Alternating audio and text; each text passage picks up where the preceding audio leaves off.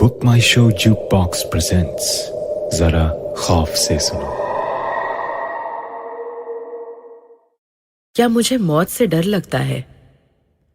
6 महीने पहले पूछते तो शायद मैं हंस देती, पर अब नहीं लगता। 1 सेकंड में मेरी लाइफ चेंज हो गई। I lost my husband. Pankaj एक एक्सीडेंट में चले गए। On the spot he death हो गई। लास्ट वीक मैंने अपना जॉब फिर ज्वाइन कर लिया। मैं स्कूल टीचर हूं। पंकज जा चुका है। मुझे लाइफ फिर से शुरू करनी होगी।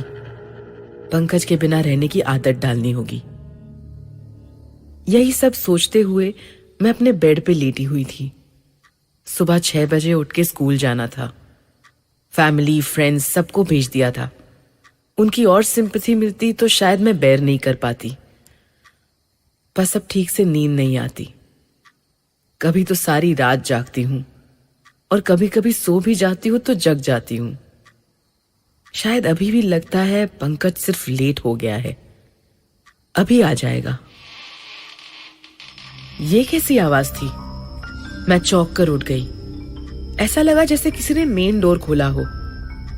अक्सर रात को जब पंकज को लेट हो जाता तो वो ऐसे ही अपनी कीज से अंदर आता था, धीरे से, ताकि मैं उठ ना जाऊं। पर मैं हमेशा जाग रही होती थी। मैं उठ के बाहर हॉल की तरफ गई। हॉल का दरवाजा बंद था। लगता है जैसे मैं क्या क्या इमेजिन कर रही हूं। बाहर हॉल में पंकज की फोटो लगी है। पता नहीं किसने ये फोटो फ्रेम करवाई थी। पंकज को तो ये फोटो बिल्कुल पसंद नहीं थी। वहां बैठे बैठे ही मैं सोच रही थी कि कल दूसरी फोटो फ्रेम करवाऊंगी, और तभी ऐसा लगा जैसे कोई मेरे बगल में आकर बैठ गया है। मैं घर में अकेली हूं, कोई भी तो नहीं है। फिर ये एहसास क्यों कि कोई और भी है? मेरे आंखों के सामने कोई नहीं है, पर मुझे लग रहा है कि अब मैं अकेली नहीं हूं। एक अजीब सी घबराहट होने लगी थी। रात के 3 बजे एक अजीब सी खामोशी थी, लेकिन इस खामोशी से मुझे डर लग रहा था। कुछ देर पहले तो यही खामोशी मेरी दोस्त थी, इसी से मुझे शांति मिल रही थी। लेकिन अब यही खामोशी चीख चीख कर कुछ कह रही है। फिर मैंने अपने आप को संभाला। मुझे पता है कि घर पे मैं अकेली हूं, नींद पूरी नहीं हुई है, इसीलिए शायद कुछ भी इमेजिन कर रही हूं। कोई नहीं है राधिका, कोई नहीं है यहाँ। पर अपने आप से क्या झूठ बोलना। मुझे पता है मैं अकेली नहीं हूं। और तभी सारी विंडोज अपने आप खुल गई, कर्टन्स उड़ने लगे। पंकज को बंद कमरे में घुटन होती थी। जब भी वो घर आते सबसे पहले सारी विंडोज खोल देते। लेकिन अब ये विंडोज किसने खोली? मैंने तो नहीं। क्या उसने खोली जो मेरे करीब आकर बैठ गया था? लेकिन कौन? और तभी किसी ने मेरा नाम पुकारा, बहुत धीरे से। राधिका, राधिका। ये आवाज सुनने का मैं कब से इंतजार कर रही थी, लेकिन ये कैसे हो सकता है? पंकज, पंकज! और फिर मेरे सामने वॉल पे लगी पंकज की फोटो का कांच क्रैक होने लगा। मेरी आंखों के सामने ग्लास धीरे धीरे टूट रहा था। मैं एकटक उसे देख रही थी। मुझे लगा शायद मेरा भ्रम है। मैंने आंखें बंद कर ली, पर जब मैंने आंखें खोली तो रियलाइज किया ये सच में मेरी आंखों के सामने हो रहा है, बिना किसी रीजन के। और देखते ही देखते कांच चूर चूर होके फर्श पर गिर गया। मैं आगे बढ़ी और तभी किसी ने मेरा हाथ पकड़ लिया। लेकिन अब मुझे डर नहीं लगा। पंकज ही लौट आया है। मुझे पता था वो मुझे इस हाल में अकेला नहीं छोड़ सकता। पंकज मेरे पास लौट आया है। वो मुझसे कुछ कहने की कोशिश कर रहा है। बस वो मेरे आंखों के सामने नहीं है, पर ये पंकज ही तो है। कोई दिखाई नहीं दे रहा था, लेकिन ये पंकज ही था। वो लौट आया है। अब हम दोनों हमेशा साथ रहेंगे, है ना पंकज? तुम ही हो ना? कहो ना, कहो ना पंकज। पता नहीं सुबह कब हो गई। आंख खुली तो मैं वहीं फर्श पर बैठी थी। जो रात बीती है वो अब सुबह को रोशनी में लग रहा है जैसे शायद मेरा भ्रम ही था। पंकज, पंकज, कोई जवाब नहीं मिला। तो क्या वो सपना था? क्या मेरी इमेजिनेशन थी? पर तभी मैंने सामने टूटा हुआ कांच देखा। सपना नहीं था। मैंने फिर पंकज को पुकारा। कहाँ हो तुम? पंकज प्लीज, मुझे स्कूल के लिए रेडी होना है, लेट हो जाएगा। मुझे परेशान मत करो ना ये किचन में से आवाज आ रही थी। मैं किचन में गई तो सारे कैबिनेट्स खुले थे। सारा सामान बिखरा हुआ था, बिल्कुल वैसे ही जैसे पंकज ने किचन में चाय बनाने की कोशिश की हो। पिछले 6 महीनों से लगता था अब कभी स्माइल करने का मन नहीं करेगा, पर आज अपनी बिखरी हुई किचन देखकर अपने आप ही हंसी आ गई। मैं रेडी हुई। शायद पिछले 6 महीने में मैंने पहली बार अपना चेहरा मिरर में देखा। कितना बदल गई थी मैं।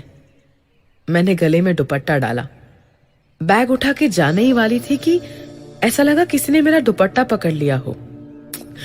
पंकज भी ना, हमेशा मुझे परेशान करने के लिए ऐसे करता था।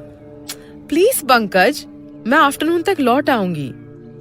और फिर वही दुपट्टा मेरे गले के इर्द गिर्द खींचने लगा। ऐसा लगा जैसे सांस नहीं ले पाऊंगी। दुपट्टा मेरे गले के इर्द गिर्द कसता चला गया। पंकज, पंकज छोड़ो ना, पंकज छोड़ दो। मेरी आंखों के सामने अंधेरा छाने लगा और तब मुझे लगा एक काली परछाई ने मुझे घेर लिया है। परछाई में मैं खो जाऊंगी। सब कुछ जैसे खत्म हो रहा है। मैं कहीं गहराई में खींचती चली जा रही हूँ। और फिर अचानक से सब ठीक हो गया। लड़खड़ा के मैं वहीं बेड पे बैठ गई और तभी मेरा फोन बजा। हेलो हेलो राधिका, मैं मिसेस पाठक। तुम आज स्कूल आ रही हो ना? जी मैडम, मैं बस निकल ही रही थी। I am so glad Radhika, तुमने ठीक डिसीजन लिया है। तुम किसी बारे में चिंता मत करना, okay? See you soon. Phone रख के मैं मुड़ी और सामने मिरर की तरफ देख के मेरी चीख निकल गई। मैं अपने आप को तो खड़ा देख रही थी, पर ऐसा लग रहा था जैसे मेरे पीछे कोई काली परछाई है। उसके हाथ मेरे कंधे पे हैं। पूरी तरह दिखाई नहीं दे रही है, लेकिन ऐसे लग रहा है जैसे मेरे पीछे कोई छिपकर खड़ा है। और उस पल में बिना कुछ सोचे, बिना कुछ कहे मैं भागी। मुझे नहीं पता मैं कैसे अपने बिल्डिंग के नीचे आई, लेकिन जब मैं अपनी पार्किंग में पहुंची तभी मुझे सांस आई। वो क्या था मेरी बेडरूम में? अब मैं ऊपर अकेली नहीं जाऊंगी, किसी को बुला लेती हूँ। बिल्डिंग के चारों तरफ सब नॉर्मल था। बच्चे स्कूल जा रहे थे, कार्स धुल रही थी, पेपर वाला था, सब कुछ नॉर्मल था। लेकिन एक अजीब सा डर अभी भी मुझे घेरे हुए था। मुझे यहाँ से जाना होगा। मेरे हाथ कांप रहे थे, कार की कीज भी ठीक से पकड़ नहीं पा रही थी मैं। बेटा राधिका, आर यू ओके? मैंने पलट कर देखा तो हमारी बिल्डिंग के सेक्रेटरी पारिक अंकल खड़े हुए थे। बहुत ही अजीब नजरों से मुझे देख रहे थे। What happened? तुम ठीक हो ना? इतनी घबराई हुई क्यों हो? क्या हुआ? मुझे बताओ। तबीयत ठीक नहीं है?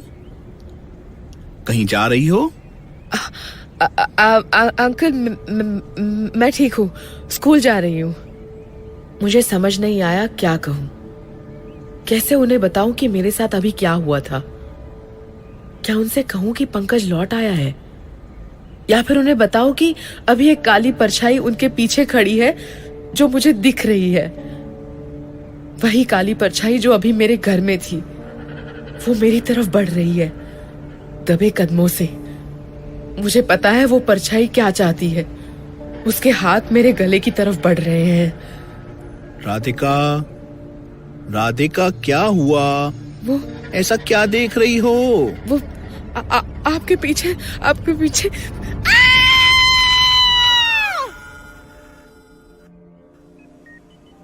और जब मैंने आंखें खोली तो मैं अपने घर पे नहीं थी। चारों तरफ देखा तो लगा जैसे हॉस्पिटल में हूं, लेकिन आज तो मैं फिर से स्कूल ज्वाइन करने वाली थी। मैं यहां कैसे आ गई?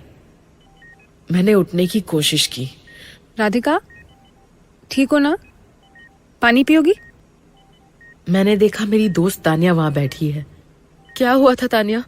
मैं यहाँ कैसे आई? क्या तुम मुझे ले आई हो? तुम ज्यादा बात मत करो, मैं अब भी डॉक्टर को बुला के लाती हूँ। बस तुम आराम करो। नहीं तानिया, पहले बताओ क्या हुआ। तुम्हारे बिल्डिंग से फोन आया था। तुम पार्किंग लॉट में बेहोश हो गई थी। 4-5 घंटे पहले की बात है, लेकिन अब सब ठीक है।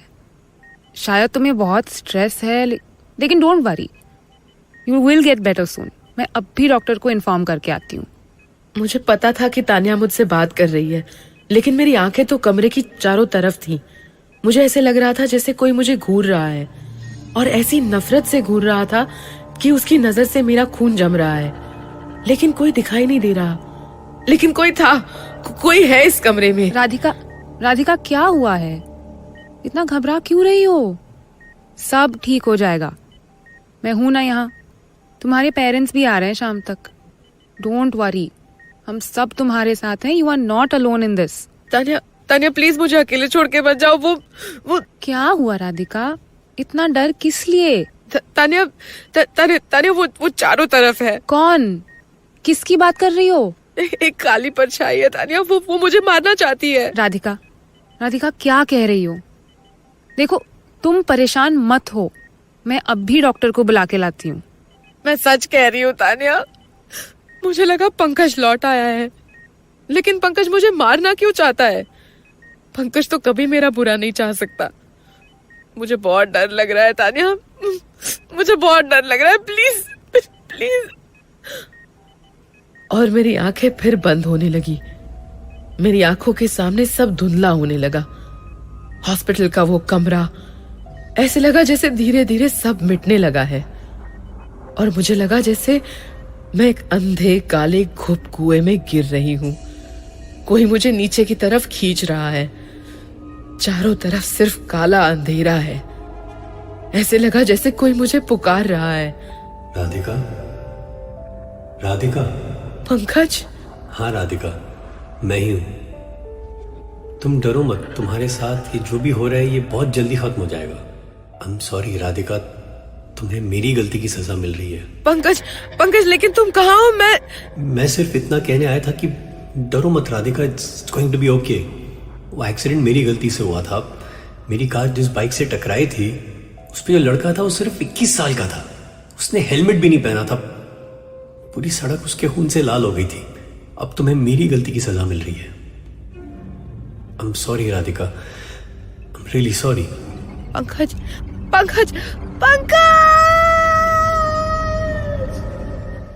डॉक्टर सूद, मैं राधिका की फ्रेंड तानिया हूँ। उसे क्या हुआ है? उसे होश आ गया था, उसने मुझसे बात भी की।